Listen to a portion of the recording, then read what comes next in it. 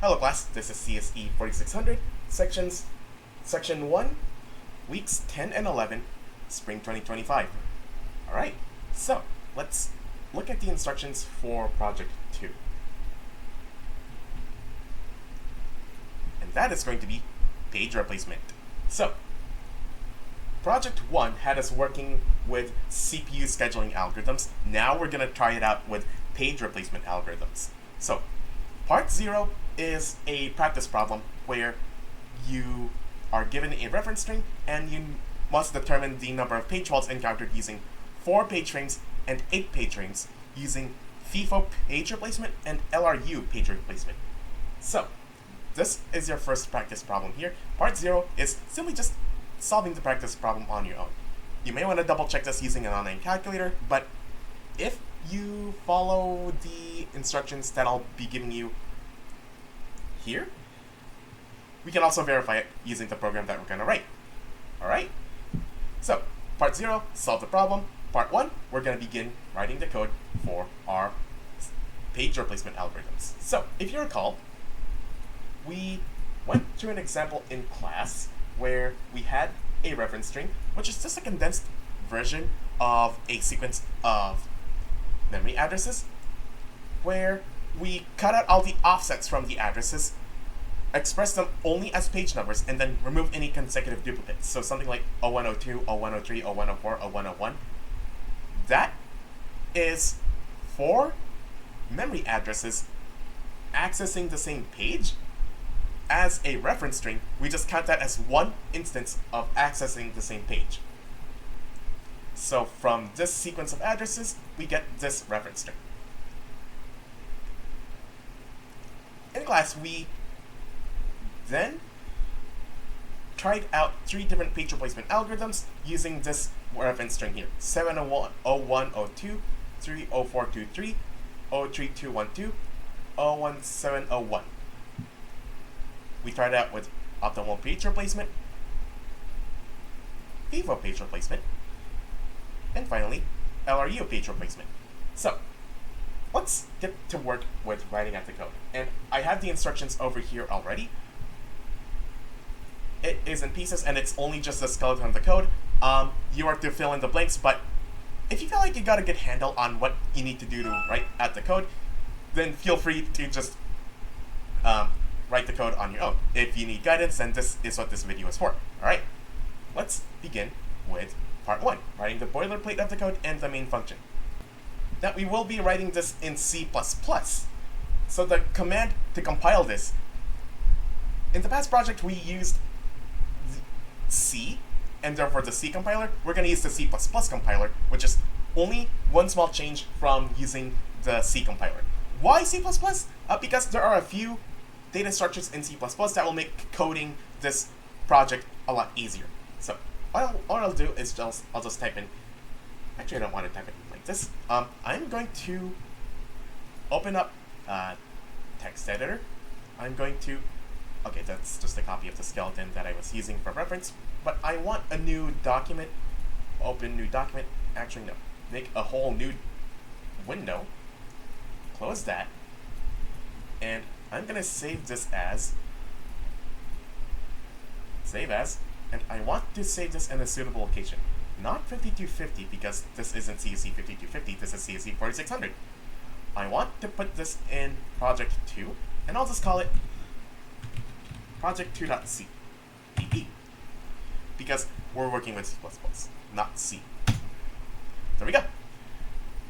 Now, let's begin writing out our boilerplate code. We're going to begin with the include directive. So, include, we need vector, and vector is just a data structure that, it's basically an array with a few tricks up its sleeve that make, it's basically an array.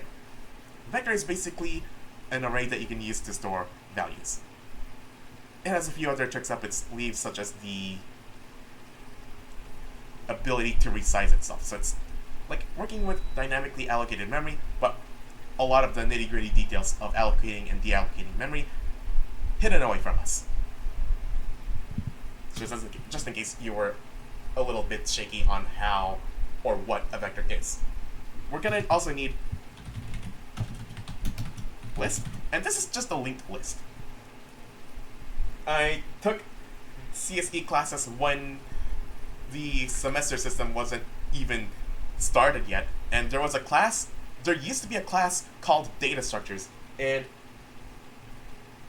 vector and list are two different data structures that I had learned about in that data structures class. A list is simply a doubly linked list, but a queue, which is actually what we're going to be using for one of our page replacement algorithms, is simply a list, but with a lot of the functionalities hidden away from us. So, by extension, there is another data structure called a stack, and that's basically a vector, with, again, a lot of the functionality hidden from us. So, we need these two data structures for working with our page replacement algorithms.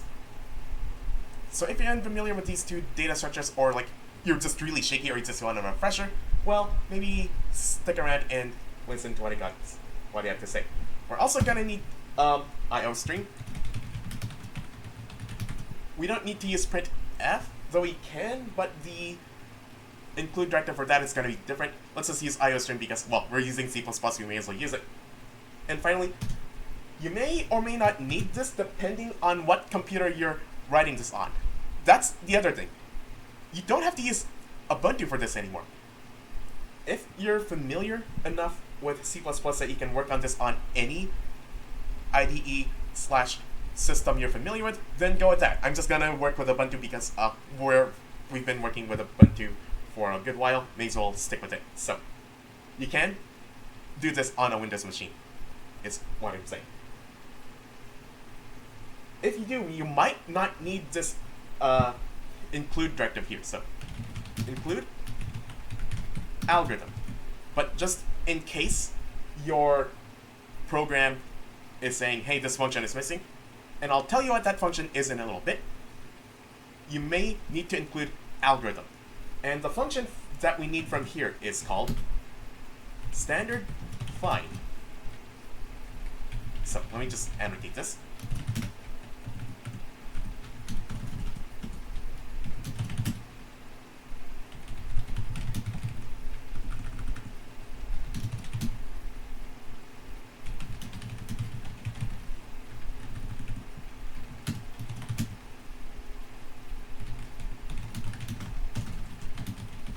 There you go. Now, let's add our function prototypes. The first one is going to be FIFO. And it's going to take in two parameters. The first one is a reference to a reference string. So I'm going to write it as this. Standard vector. And then in angle brackets, int, and then ampersand. Reference string, comma, int, num, page, frames. There we go. So we're passing it by reference. So we're passing in the address to the reference string rather than passing the whole thing itself because it's easier to pass that way. If we pass the entire vector by itself, it's going to have to copy that entire vector. If we pass in the address, it's a lot easier on the system that way. So the next two algorithms have the same function signature, so I'll just type it in as follows. There we go. Now, LRU and OPT, same exact stuff being passed in. A reference string, or rather the address to a reference string, and then the number of page frames. We also need one more function, int, find page last used. And this is going to be a helper function for OPT, and I'll get to what it requires, or what it does when you get to OPT. For now, just type in the following function signature, standard vector int address reference string, comma, standard list int address OPT list, comma, int position in reference string. There we go. Right. let's continue to the main function. Oh wait, there's actually one more function, and you might want to implement this as well. I'll just implement it anyway. So this is standard vector int simplify reference string. We're gonna pass in a reference string. So this is gonna be standard vector int address reference string. There we go. I'll explain what that does in a little bit, but basically what it does is if you have a reference string and you have consecutive duplicates, it will remove those consecutive duplicates. This is just for the ease of having these page replacement algorithms work, because they're supposed to work under the assumption that there are no duplicates of the same page next to one another. So this is just an extra step for cleanup purposes. Alright, let's write that main function. So we're gonna write the main function. At the end, I'm gonna say return 0, but at the beginning, I'm gonna use the same exact reference string from the slides.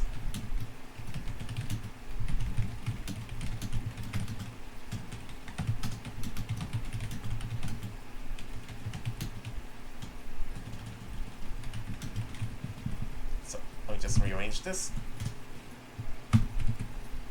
and I'll write it as follows: int num page frames equals 3 standard vector int reference string equals, and I'll just type it as follows: 7 0 7 0 7 0 1 2 0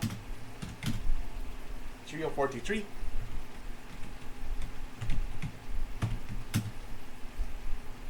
03212 01701. There we go.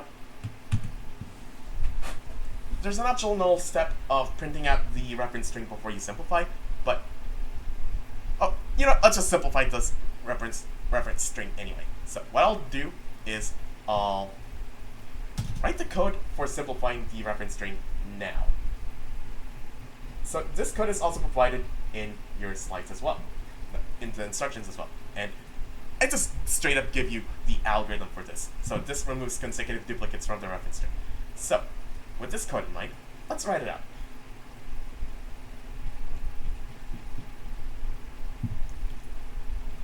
I'll write it as follows: standard vector int. I'll just copy this, paste it here, add some space, and int grab page number equals reference string 0 in square brackets, standard vector int new reference string. So we're gonna iterate through the original reference string and push elements one at a time. If we see the same element that we just pushed to the new reference string, we're not going to push that same value again. So basically, this eliminates consecutive duplicates. For int I equals 1, since we already started out with that reference string, in fact, I need to do this. Rev page number, and this makes sure that our reference string, our new reference string, has one value in it already. So int I equals 1. We skipped the 0th value because we already have it in the array. For int I equals 1, I is less than reference string dot size. And size, that's a member function for vector that gives you how many elements are in the vector. And finally, I plus plus. So my point is, vector is basically, on the outside it's an array, but on the inside it has some complex stuff going on inside, such as the ability to resize itself if it runs out of space. Alright, let's add some conditional stuff in here. If previous page number equals reference string I,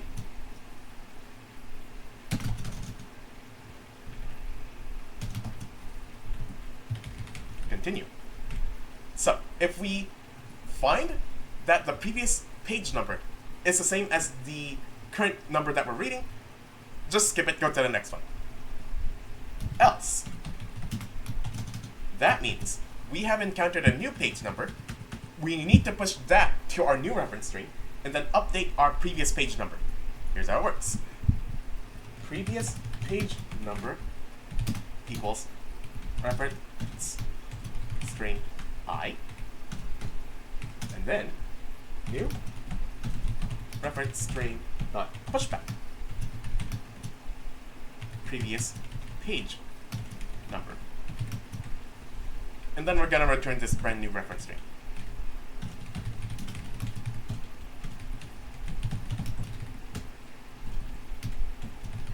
Again, this is just an optional step to make sure that we don't have any duplicates. So you don't have to write this out unless you want to hard code, unless you want to input user input into your program. So now with that done, oh yeah, one of the member functions for vector is this pushback function, which it pushes a new value to the end of a vector. So if you have a size 10 vector, it adds an 11th element. There's a lot more behind the scenes stuff going on there. That vector could have so a C++ vector, it reports a number that is the size of the vector, but behind the scenes there could be more space allocated to it. So that's the thing about vector. There is the size that it reports to the user, and then there is the size it keeps to itself. So when a vector is created, it may be created with a fixed size, but it might have some more extra space after that. So if we create a vector of size 5, it might actually be created with an internal size of 10. The user doesn't see this, the programmer doesn't see this, but the vector knows that that is how big it actually is. And that extra space is for the ease of doing pushback. So that way, if we want to add new stuff to our array, we can just use pushback, use that extra space that we allocated to add more elements to our array. If it runs out of space, then it calls an internal function that resizes itself, copies everything from the old array to the new array. And how big is this new array? Several different implementations will vary on this, but one of the best ways to do it is to create a new internal array that is twice the size as the previous. That way, if we are pushing back a lot of values to our array, exponentially growing the internal array ensures that we don't have to resize it a lot. So those are some of the technical behind-the-scenes stuff going on with vector there. So if you ever struggled with what a vector is doing behind the scenes, there you go. For our purposes, we don't have to worry about that, since we're just using it like it's an array. The only complex thing we're doing here is just doing pushback. Alright, let's continue on with our code here. Let's do the optional step of simplify the reference string. So ref string equals simplify reference string, and we're gonna pass in our current reference string. So this is our previous reference string on the right hand side. On the left hand side, we're assigning our new reference string to be here. So we're replacing our reference string with the new one. Finally, we're gonna call our page replacement algorithms.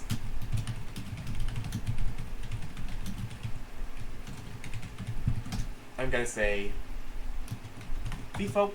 I'm gonna pass in reference string and number of page frames. I'm going to duplicate this line 2 more times. Replace that with LRU. And replace that with OPT. Now, we're not going to be using those 3 just yet, but I will, for now, just print out the reference string. So,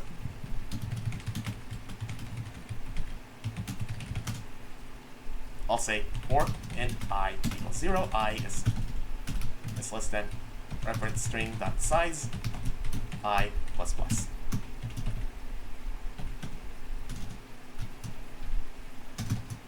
And here, I'm going to say standard cout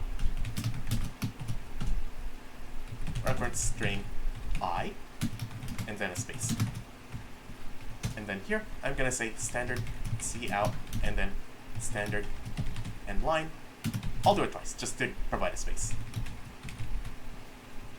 And before that for loop, I'm going to say standard cout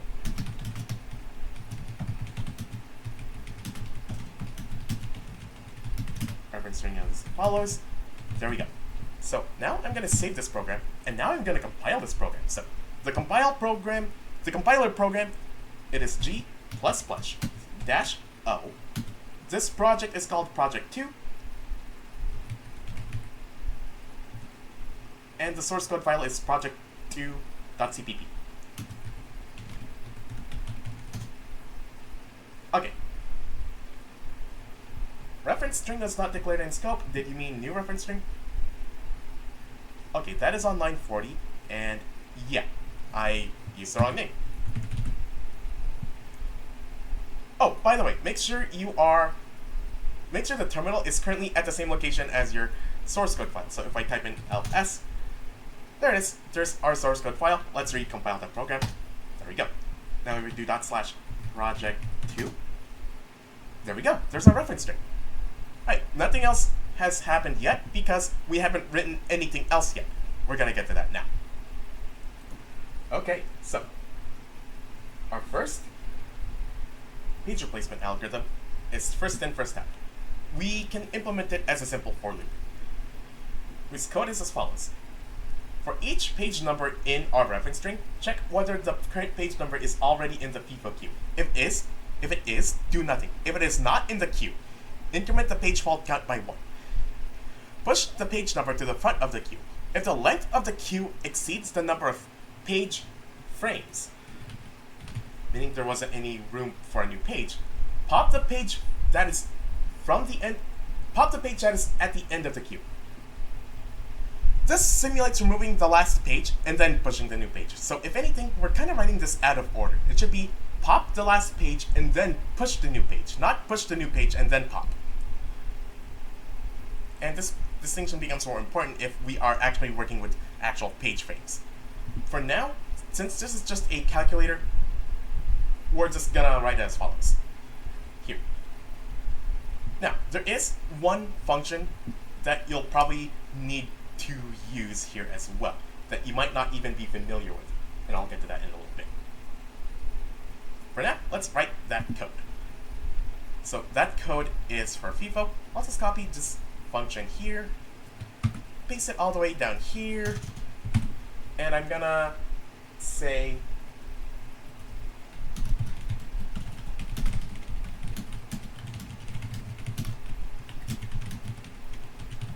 count the number of page faults for FIFO page replacement. And then I'm going to add the code here. Right. Now, let's begin writing that algorithm.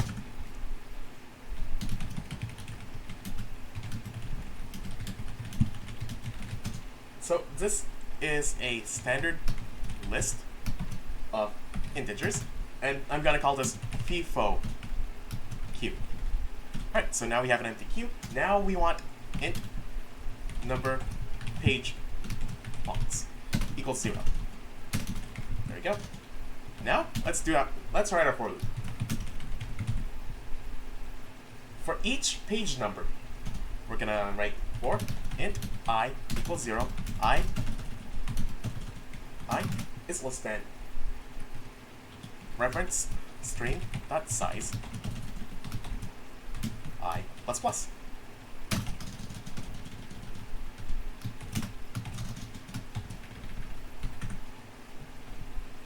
I'm gonna write int page number equals whatever it's string, and in square brackets I. So now we have our current page number. What we're gonna do is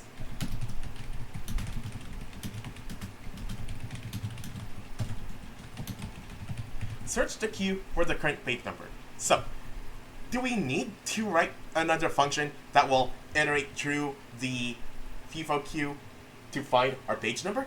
And the answer is no, we do not. So the function for that is called find. So I'll write it as follows. Auto iterator equals standard find. I'm gonna pass in the start of the queue, which is FIFO queue.start. No, FIFO queue.begin. There we go. I'm gonna pass in the end of the queue, FIFO queue.end. So FIFO queue.begin and FIFO queue.end. Those are getter functions that gets the beginning and end of the FIFO queue. That tells the find function where to start and where to stop. What we're looking for is a node within the linked list that contains our page number. And that is what find is going to return. It's going to return an iterator that points to the node that contains our page number. In fact, I need to write in the third argument to pass in here. That is our page number. There we go. Now, this whole function, you might or might not need to include algorithm at the top. And I'm providing this function here because you will need to use this for the other page replacement algorithms as well. I included the first instance of its use here, and for the other two, it's literally fill in the blank, but it's more or less the same exact code. What's this auto keyword here? That's basically a stand-in for it's a stand-in for writing out the entire data type of standard find, because standard find returns an iterator, and the data type is it's pretty long, and what auto does is it tells the compiler to figure out what data type this iterator is. It's a shorter way of writing. It's just an easier way of writing this instead of just writing out the entire data type. So auto means figure out the data type. Yeah, just figure out the data type. And we can write out the data type here. It's just way easier if we just write auto. By the way, that data type is standard list integer iterator. Standard : list, left angle bracket, int, right angle bracket, : iterator. Writing auto is just a shorthand. It's just easier to write. Right? So now we have our iterator. So how does this find function work? Well, as I said, it's going to return a pointer. It's going to return an iterator to the node that contains the value that we're looking for. But what if it isn't in the list? Well, it's going to return something, and that something, if it doesn't find the value, it's going to return a pointer to the end of the queue. So here we can use conditional statements to determine whether we found the page number in the list or we did not find it. So for that, I'm gonna now continue on with this for loop. We search the FIFO queue for the current page number. If the page is not found, that is if iterator equals FIFO queue.end, then add 1 to the page fault count. So num page faults ++. Push the page at the front of the queue. So that code is as follows. FIFO queue dot push front. And we're going to push the page number at the front of our list. Then, if FIFO Q.size, and size gives us the size of our queue, if that is greater than num page frames, then we're gonna pop the page at the end of our queue. Alright, if FIFO Q.size is greater than the number of page frames, then we need to pop the page that is at the end of the queue. So for that, that is FIFO Q.pop back. There we go.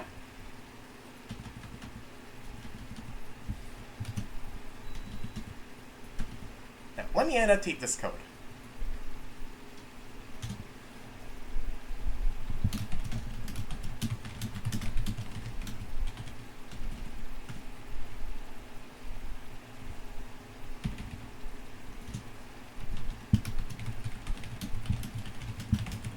Increment page faults by 1.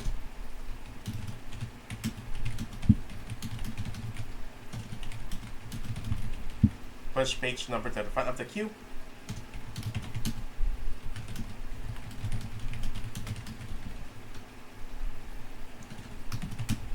If queue is larger than if the queue is larger than the number of page frames,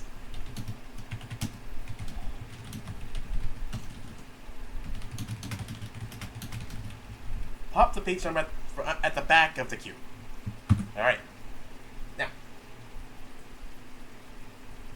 we're almost done. Let's print out the number of page faults we got. So, standard cout using FIFO with num page frames.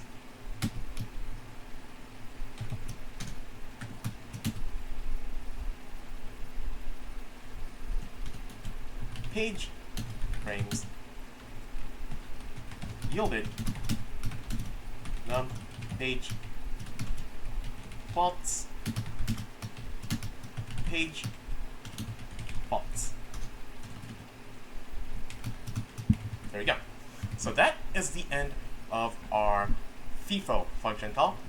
Let's test it out. I'm going to comment out the function call here, and then I'm going to recompile the program. Clear. Recompile the program, make sure there aren't any errors, and now I'm gonna run the program again. We got 15 page faults, which is what was obtained when we tried out the reference string in the slides. So, if you recall, with FIFO page replacement using the same exact reference string, we got 15 page faults, we got 15 page faults. So it worked. Nice. Okay, so now our next page replacement algorithm, and that is LRU, least recently used. So let me get the instructions after that. So least recently used is going to be nearly identical to FIFO, with an extra step for when we encounter a page that was already in the queue. We're going to conceptualize this data structure as being a stack, where if we search for a page that's in the stack, we want to bring it all the way to the top of the stack. That way, the most frequently used pages will move to the top, and everything that's used less and less will just trickle down to the bottom. I'm going to call it a stack, even though conceptually it's not a stack. This is just for explanation purposes. So, I'll write the code here. So, let me just count the number of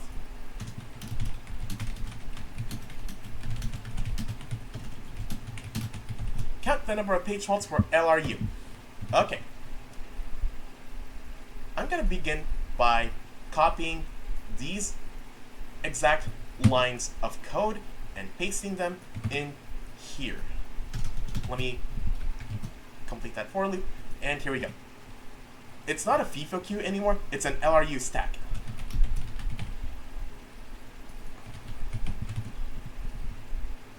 So, much like before, we have a reference string being passed in and the number of page frames being passed in. We create a stack and we have a number of page faults that is initially set to 0. So the algorithm is as follows. If the current page number is in the stack, remove it from the stack and then add it back to the top of the stack. This act of removing and then putting it back, although it's a little bit inefficient, for our purposes it's going to simulate the action of moving that value to the top of the stack. So if the current page is in the stack, move it to the top of the stack. If the current page number is not in the stack, increment the page fault count by 1, push the missing page to the top of the stack, and if the stack size is larger than the number of page faults, pop the page that's at the bottom of the stack. Okay? So let's write that out. We will need that find function again. So I'll just copy this search function here, or rather that call to find. So auto iterator equals standard find. We're gonna we're gonna pass in the beginning of our LRU stack. We're gonna pass in the end of our LRU stack, and then we're gonna pass in the page number, which is this page number. Then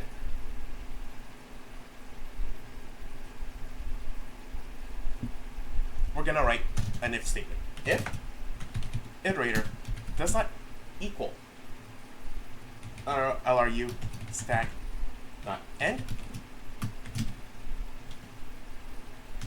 that means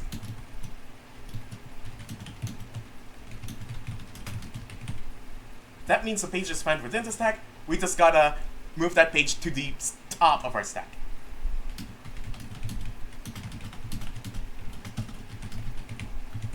We're gonna do that using two operations. That is LRU stack dot erase, and this function here, this erase function, we need to pass in an iterator. We need to pass in a pointer to that node.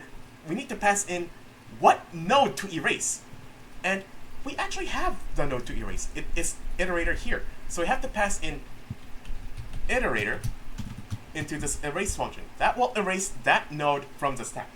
And then what we'll do is we'll just push that page number back to the stack. So that's going to be LRU stack dot push front. And then I'm going to pass in page number. So LRU stack dot erase, we pass in an iterator to the node that we are going to erase. LRU stack dot push front, we just pass in the number that we want to push to the top of our stack. There we go. Else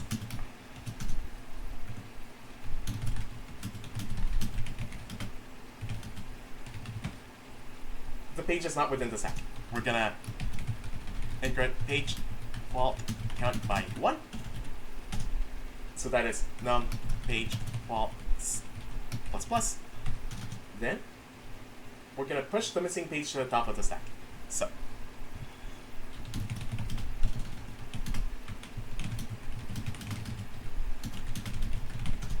that is LRU stack dot push front page number. Then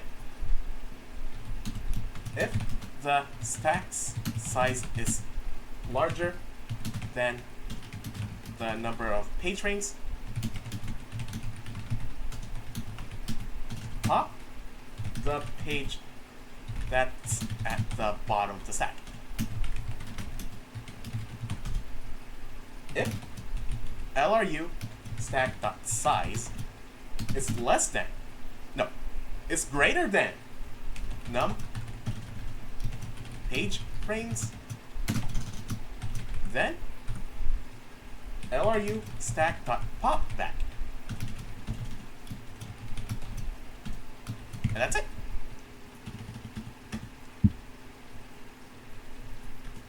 All we really got to make sure is all our curly brackets are properly paired up. I think I'm missing a curly bracket there. So, oh, here's, I'm not just missing curly bracket, curly bracket, curly bracket, curly bracket, curly bracket. There we go. Now, I'm going to copy this line from our FIFO function, paste it here, and I'm going to instead say, I'm going to have it say, using RU with this number of page strings yielded this many page faults. Right? So that is our second page replacement algorithm. Let's recompile the program and see if it works. There we go. Okay, it compiled without any issues. Now I'm gonna run it. Oh wait, before I do that, I need to uncomment that LRU function call. There we go. But now I need to recompile the program. There we go. Clear. And now I'm gonna run it. /project2. That's our reference string. Using LRU with 3 page strings yielded 12 page faults. Okay, so now it works. Because when we tried LRU in class, we had 12 page faults. It's working! Okay, now we gotta work on OPT. Optimal page replacement. If you recall, this was a page replacement algorithm that cannot be implemented in practice, but it's still good for benchmarking purposes. I'm going to copy this line here, paste it all the way down here. So now we have room for this. Count the number of page faults for OPT. So, much like with LRU and FIFO, we have a for loop. For each page number, if the current page number is in the list, and I'm reading off the algorithm here, do nothing. If the current page number is not in the list, and the length of the list is less than the number of page frames, add the current page number to the list, increment the number of page faults. If the current page number is not in the list, and the length of the list is equal to the number of page frames,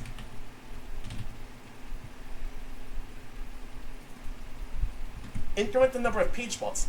Find the page that will not be used for the longest time, and remove that page from the list, and then add the current page to that list. So a lot of the code, I had to split it between two parts here because we need to write a helper function for OPT, and this is just for ease of writing the code. So this is where it gets a little bit complicated because we need to write OPT and then we need to write a helper function for OPT. Let's write OPT first. So what I'll do is I'll just copy all the same code here. Copy. And I'll paste it into OPT. Initialize the list and page fault count. This is going to be OPT list. And we're going to have a for loop as we did before. For int I equals 0, reference string.size, I is less than reference string.size, I plus plus, int page number equals reference string, so we got our page number. Search the list for the current page number. Meanwhile, I'm going to change this to stack. So, search the list for the current page number. We, once again, use iterator here, but we're not going to pass in lru.stack.begin or lru.stack.end. We're going to pass in opt_list.begin and opt_list.end. So, this is the find function that we're going to be using to find whether our page is in our list. Okay.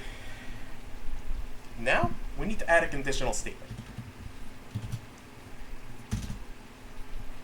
That is, if opt list dot size is less than num page frames and iterator equals opt list dot end,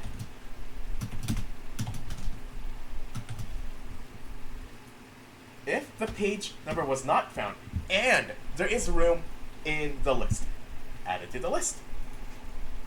Then increment the page fault count.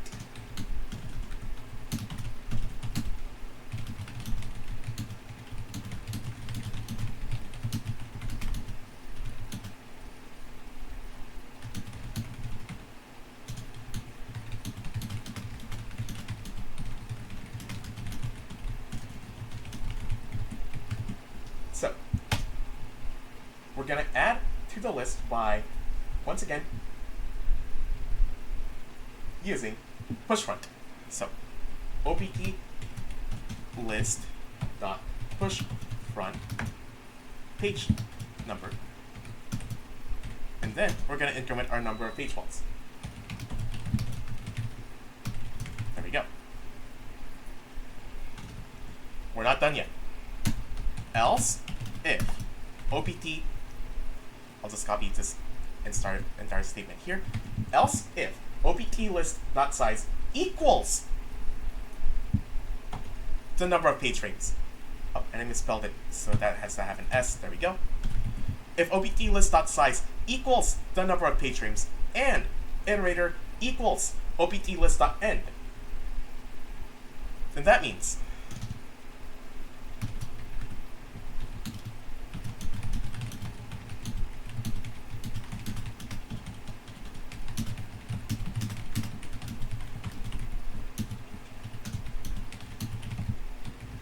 if the page number was not found and there is no more room for a new page, what we're going to do is, first we're going to increment the number of page faults.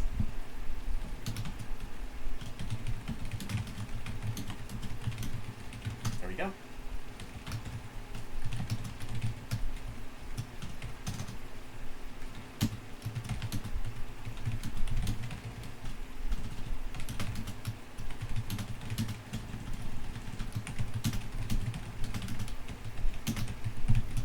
Find which page in the opt list will be used last. And that is int page last used. No, page used last equals. And we're gonna call our helper function here. That is find page used last. We're gonna pass in our reference string, the opt list itself, and I, where I is the iterator here, because that is the position we are in our reference string. We're gonna flush out this find page used last function in a little bit. For now, we're gonna continue, and then we're gonna find that page number in the list using standard find again. So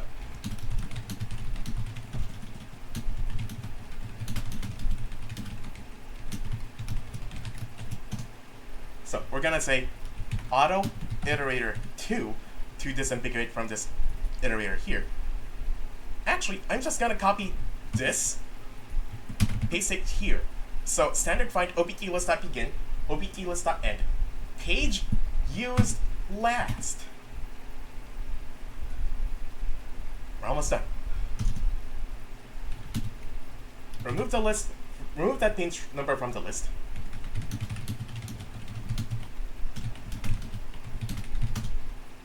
opt list.erase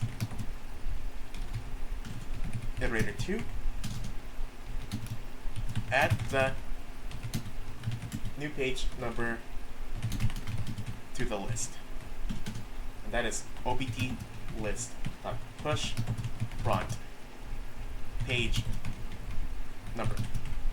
So opt list.erase, you must pass in an iterator that is pointing to the node that contains the value that you want to erase. So we had to do a find operation and then an erase operation. The find operation finds which node which node contains the value that we have, and then erases that node from our list, and then we can add to our list a new page number. So that is not the entirety of OPT.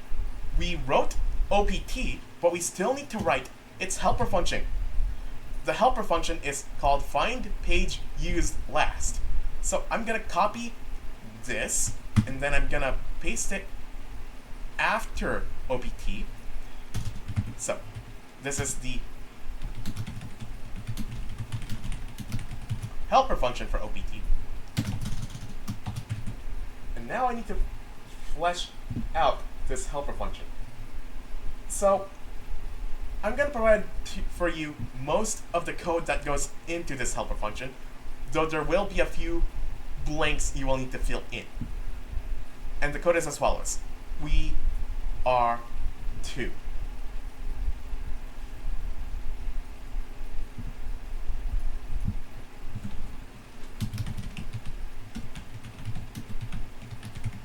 Initialize distance and current page number.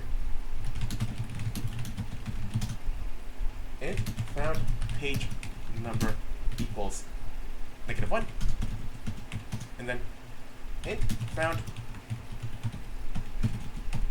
distance equals, we're going to set this to a really big negative number. There we go.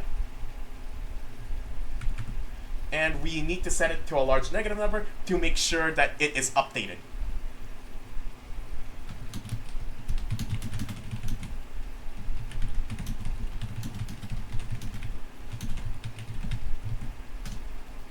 Now, iterate through the OPT list. For each page number, find how far its next use will be. So, if we have a sequence of page numbers, like we did with our example here,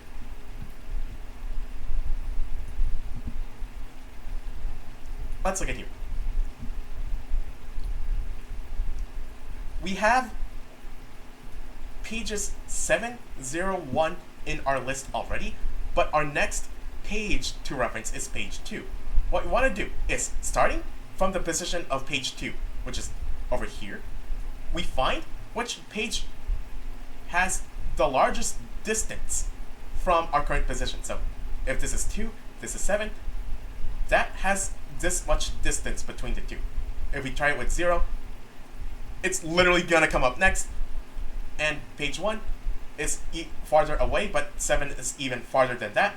So 7 has the largest distance from this position here. So we remove page 7 from that list here, replace it with page 2. There we go. So that is our algorithm here. We find the page that will not be used for the greatest amount of time. Alternatively, we find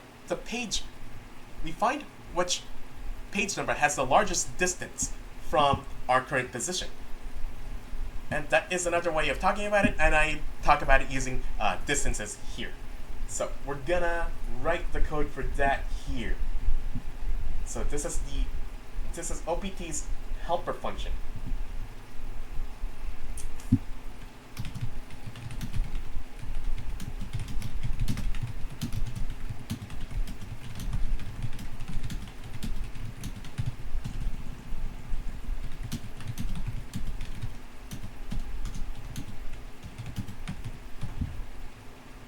Whichever page has the greatest distance is the page that we replace.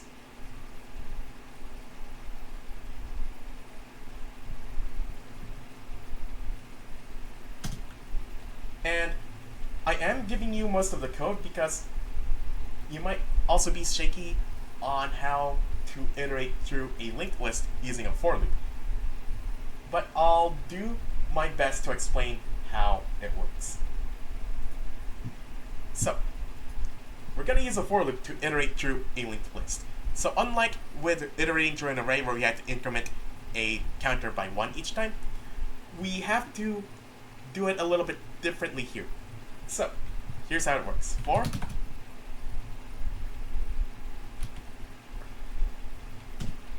auto it equals opt list.begin. So we're setting an iterator to be pointing to the start of our OPT list. we're going to iterate through the list one element at a time until we hit the end of our list. And that is it does not equal opt list.end. And then we don't do I++, because not only do we not have an I, but the postfixed ++ will not work here. We have to write instead ++it. There we go. So this is how we iterate through a linked list using a for loop. For auto it equals opt list.begin, it does not equal opt list.end, ++it. Let's get the page number. So we're gonna get the current page number as follows. Int current page number equals *it. So this gets us the value of the current node that we're at in our list. Next,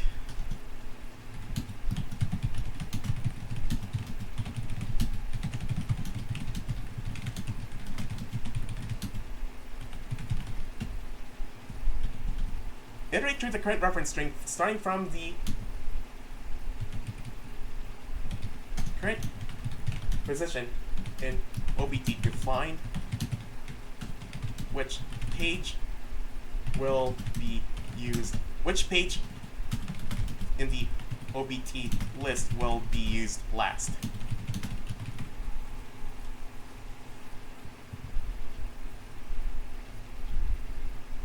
Or rather, define which page, define that page's next use. If it is the case that indicates that we are trying to find a page's next use, and it's actually nowhere in the remainder of the string, what we're gonna do is we're gonna assume that page will be used like infinitely far ahead. So we're gonna give it a very, very high distance from our current position. So if, for example, we had that situation where we have a page that will never be used again. So in the previous slide here, we had pages 2, 4, and 3 in here, and at this step, we want to read page 0. But of these pages, 2, 4, and 3, which of them will not be used for the longest amount of time?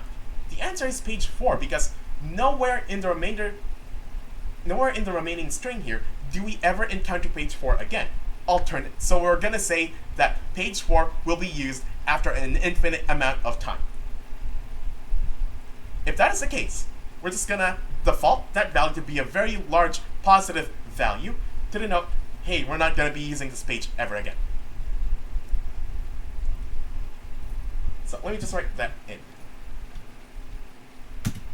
So once we find a page's next use, we break and then we record that distance. If we never find that page in our remaining reference string, that means the page is never going to be used again. We're going to default that to be a really big positive value, and then we're going to update our currently found page this way. So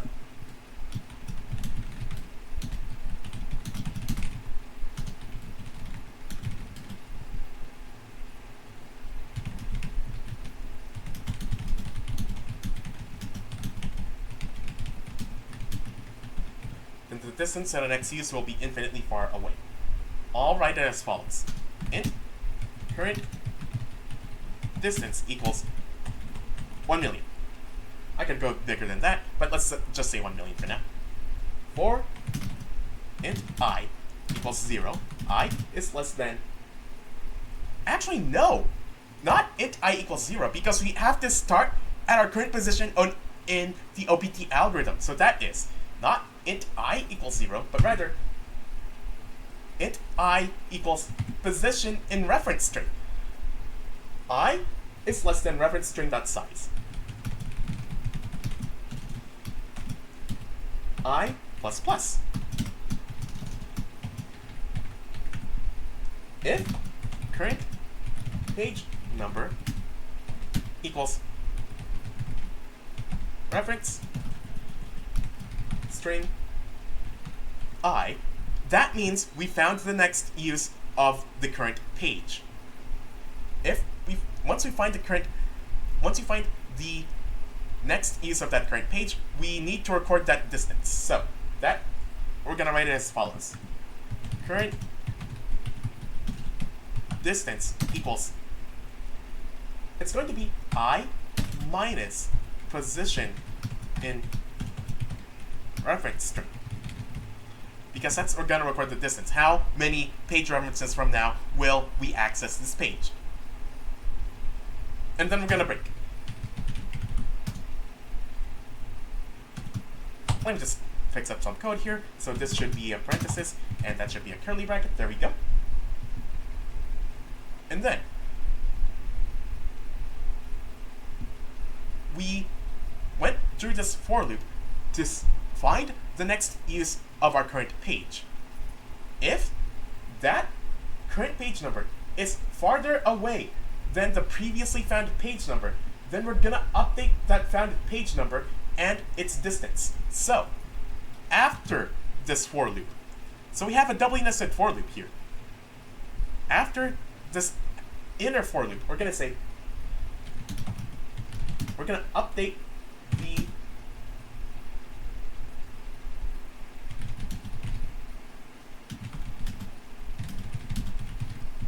the page that will be used last. We're gonna say if current distance is less than found distance,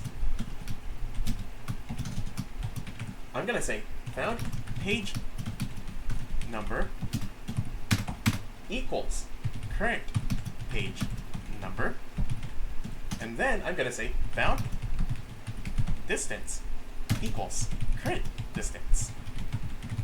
So we're gonna find which page will not be used for the longest amount of time. If a page will not be used again, then we're gonna say it will be used after an infinite amount of time. And then we're gonna return the page number.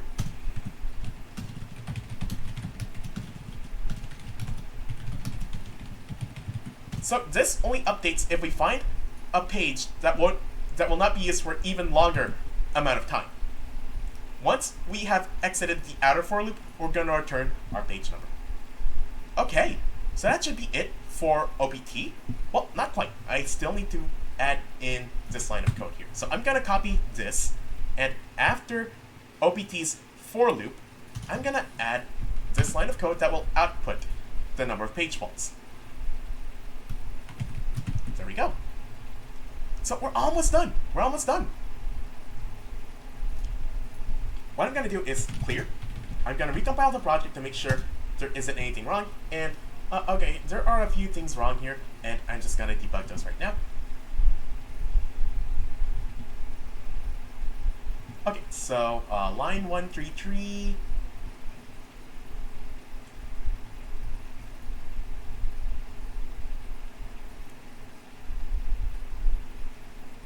Okay, let's see.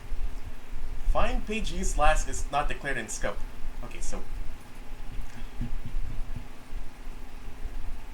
Okay, here it is.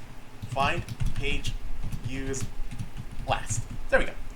That should fix it up. Oh, yeah, I need to uncomment the function call for OPT. Right, let's try it again. Clear. Recompile, and okay, okay, line 146.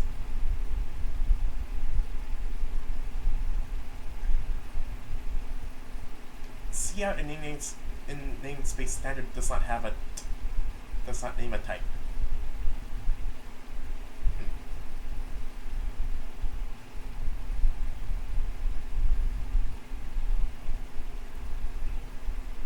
Alright, let me debug this, and oh yeah, I think I found it. Looks like I was missing a angle bracket. No, curly bracket. There. Okay.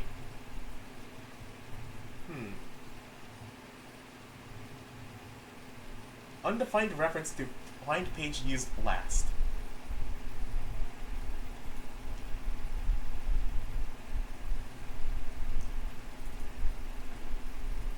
find page use. Okay, so there's the problem. I screwed up the function call name. There we go. Let's fix that up. And okay, there we go. It worked. It worked. Now,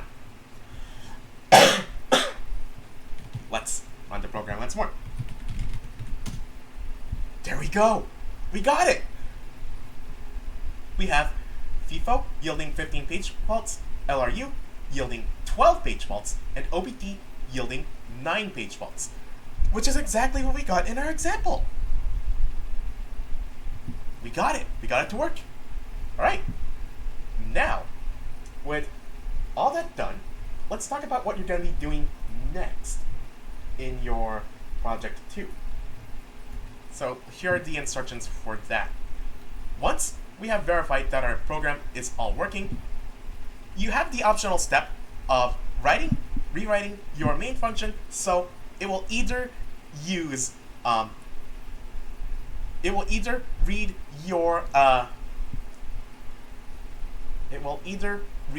your reference string from a file, or it will prompt the user to enter page numbers one by one. Because now that we've verified it that it will work with this one example, what we can do is modify the code so it will work with anything. But we want to be able to input this into the program instead of having to hard code it every single time.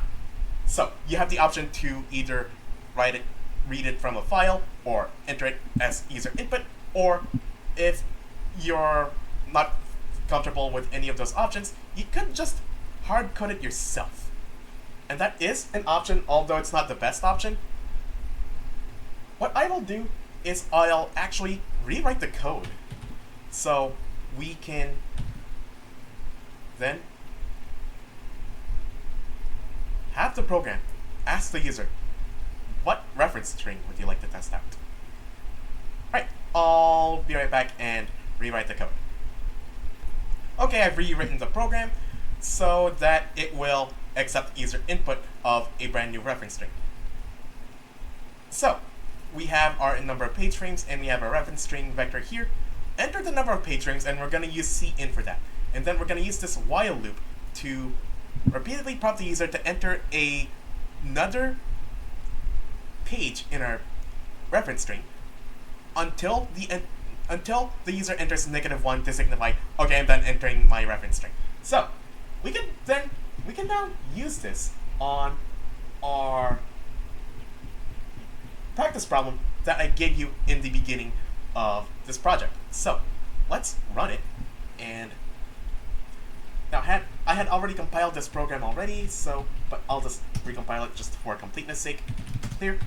Now I'm gonna run the project again. So we have 4 page frames, and I want to enter the following reference string: 0, 1, 7, 2, 3, 2, 7, 1, 0, 3, and that's the end. So I'll type in -1.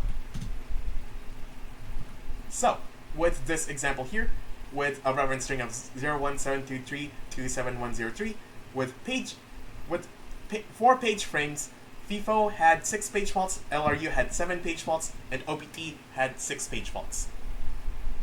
So it works. It works. Okay, so we can do this again with 8 page frames. Right, so let's redo that run. Clear. I'm gonna run the program again with 8 page frames, and then I'm gonna do 0, 1, 7, 2, 3, 2, 7, 1, 0, 3, -1. And that yielded 5 page faults each time. So doing that is part 5 of your project, confirming the results you got in part 0. Next, you're gonna run your program with an increasing size for the number of page frames. So here's how I'll have you do that. Because now we are gonna run it with as many page frames as we can, so we don't even need this number page frames variable anymore. What I'll do instead is I'll copy these three functions and I'll put them inside of a for loop. I'll say for int I equals 1, I is less than or equal to 8, I plus plus. I'll paste all three functions in here, and instead of having num page frames passed into here, I'll pass in I. And then I'll add in a new line here just in case. There we go.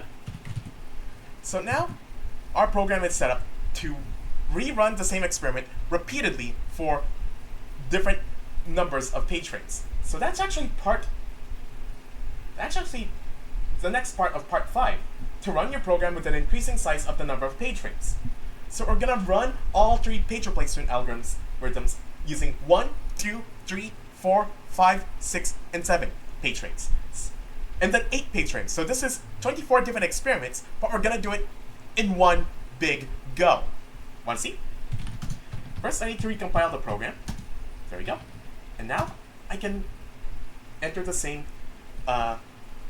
reference string as before.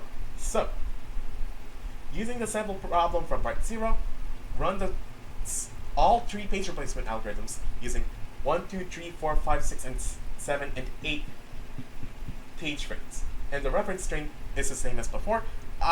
Notice that it skipped the part where you enter a number of page frames, because now the for loop will take care of that. We're just skipping straight to the part where we enter our reference string. So that is 0,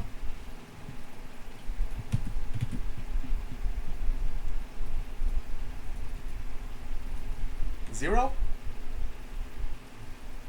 1, 7, 2, 3, 2, 7, 1, 0, 3, and -1. Okay, so now we can see what's going on as we increase the number of page frames each time. So with one page frame, all three page replacement algorithms yielded 10 page faults. And that's because there's only one frame to go around. Every time we need to access a new frame, every time we need to access a new page, we gotta page out the page that we have just so we can make room for the next page. That makes sense, right? With only one frame to spare, that's all we got, so we have to constantly page out and page in pages every time we need to access a new page.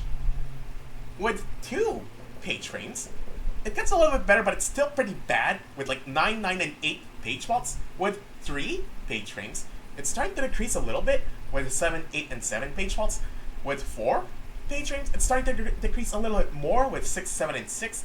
With 5 page frames, we got 5, 5, and 5. With 6 page frames, we got 5, 5, and 5 again. With 7 page frames, we got 5, 5, and 5 again. And with 8 page frames, we got 5, 5, and 5 again. So at some point, we have so many page frames that every page is now loaded. We will never get another page fault. This is a little bit inefficient because if the number of page frames given to us is the same as the number of unique pages we will ever visit, at some point in running the program, we will fill every frame and we will never have another page fault, which may or may not be a good thing from a resource allocation perspective. A program should be able to tolerate some amount of page faulting, but not so much that it affects the performance of the program. How bad we want the program to run depends on whether the program is a high priority process. And those are just even more considerations regarding page replacement. Because as I had mentioned previously, the worst thing a page fault can do to a program is slow it down. if we want the best performance, we want to reduce that page fault rate to be as low as possible. However, not all programs are going to be mission critical programs. Some of them are just background processes that only need to run a little bit at a time, and then they go back to sleep for a while, and then they have to wake up after some amount of time to run again. We don't need those programs to be performing as fast as possible, because if they're going to be asleep for most of the time, there's kind of no point in having them run like as fast as possible. And at the user level, if we increase the speed of the CPU, at some point, the bottleneck in the system becomes how fast the user can actually input into the computer. Practically, there might be even more bottlenecks than that, such as how fast is the bus transferring data to and from the different parts of the machine, the read-write speed of the disk. Yeah, there are so many different factors that affect the performance of a program that it just feels mind-boggling to take into account. With these oversimplified experiments, we can get an idea of how we have a good idea of what can affect these different things. But in practice, you would just want to do a more advanced simulation than just counting page faults. But with this basic example, here we can get a taste of what we can do to improve the performance of a program. But only like the smallest taste. If we want a more accurate simulation, we probably need to run a more advanced simulation than just how many page faults did this reference string get. Because it's a reference string. We can't know in advance what pages we'll be accessing ahead of time. And once again, that's also the problem with OPT. But even then, we can still see what kind of performance gains are theoretically possible. Okay, alright. There's still a little bit more I want to talk about in part 5. So we did parts 0, 1, 2, 3, 4A, and 4B. Yeah, OPT required 2 parts to write. And then finally, part 5, you confirmed the results you obtained in part 0. You ran the program with an increasing size for the number of page frames. You will then try the program again using 2 different reference strings. So generate 2 different reference strings with up to 8 different page numbers, and it must be at least 20 numbers long. You're going to run those, you're going to run the same page replacement algorithm, same code here, with those 2 different page reference strings. So what I'll do is I'll run the program again, and I'm going to demonstrate it using this. So I'm going to enter 27182818828 31415926535. Enter -1 at the end. So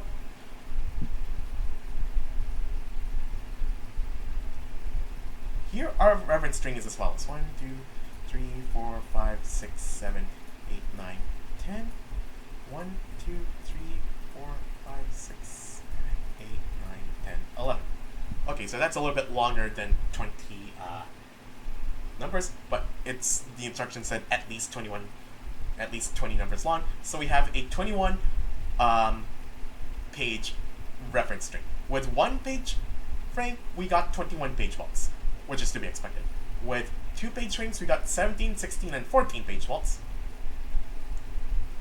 With 3 page frames, we got 14, 14, and 10.